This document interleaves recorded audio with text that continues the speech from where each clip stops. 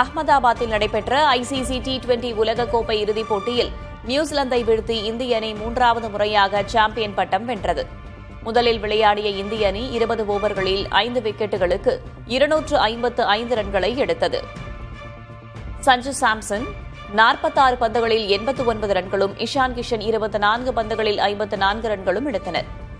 256 ரன்கள் என்ற இலக்குடன் களமிறங்கிய நியூசிலாந்து அணி இந்திய பந்துவீச்சை சமாளிக்க முடியாமல் 19 ஓவர்களில் 159 ரன்களுக்கு ஆட்டமிழந்தது.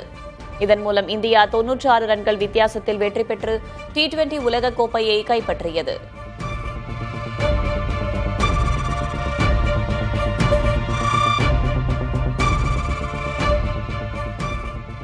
T20 உலகக்கோப்பை இறுதிப் போட்டியில் இந்திய அணியின் பேட்டிங் மற்றும் பந்துவீச்சு இரண்டிலும் அபார ஆட்டம் வெளிப்பட்டது.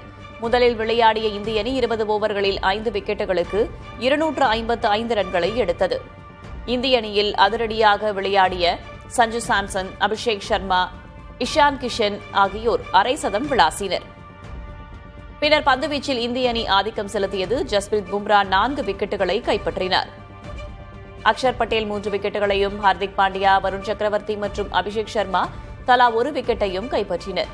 பும்ரா ஆட்டநாயகன் விருதை வென்றார். தொடரில் சிறப்பாக விளையாடிய சஞ்சு சாம்சன் தொடர் நாயகனாக தேர்வு செய்யப்பட்டார்.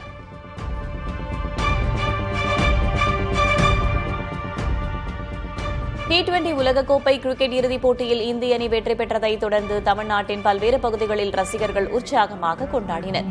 சென்னை மெரினா கடற்கரையில் சென்னை மாநகராட்சி சார்பில் பிரம்மாண்ட LED திரை அமைத்து போட்டி நேரடியாக ஒளிபரப்பு செய்யப்பட்டது. மாலை முதலே ஆயிரக்கணக்கான ரசிகர்கள் திரண்டு இந்திய அணியின் உற்சாகப்படுத்தினர். இந்தியா அடித்த ஒவ்வொரு பவுண்டரி சிக்ஸருக்கும் ரசிகர்கள் தேசிய கொடியை அசைத்து கைகொட்டி ஆரவாரம் செய்தனர். இந்தியா வெற்றி பெற்றதும் பட்டாசுகளை வெடித்து கொண்டாடினர்.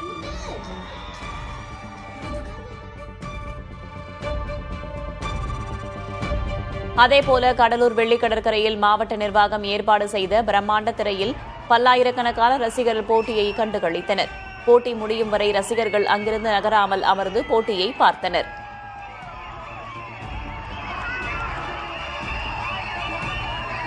புதுக்கோட்டையில் அண்ணா சிலை அருகே சட்டமன்ற உறுப்பினர் முத்துராஜா ஏற்பாட்டில் LED திரையில் போட்டி ஒளிபரப்பப்பட்டது.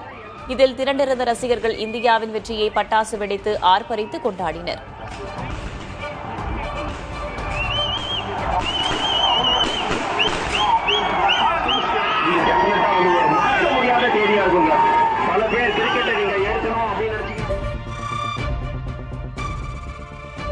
T20 உலகக்கோப்பை கிரிக்கெட் தொடரில் சாம்பியன் பட்டம் வென்ற இந்திய அணி பல வரலாற்று சாதனைகளை படைத்துள்ளது.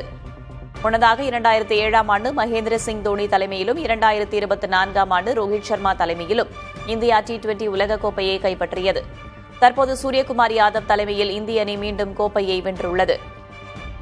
இதன் மூலம் T20 உலகக்கோப்பை வரலாற்றில் 3 முறை சாம்பியன் பட்டம் வென்ற முதல் அணியாகவும் தொடர்ந்து 2 முறை சாம்பியன் பட்டம் வென்ற அணியாகவும் இந்தியா சாதனை படைத்துள்ளது. மேலும் நாக் அவுட் போட்டிகளில் நியூசிலாந்தை எதிர்த்து இந்தியா முதல் முறையாக வெற்றி பெற்றுள்ளதுடன் உலகக்கோப்பையை நடத்தும் நாடு சாம்பியன் ஆகாத வரலாறையும் மாற்றியுள்ளது.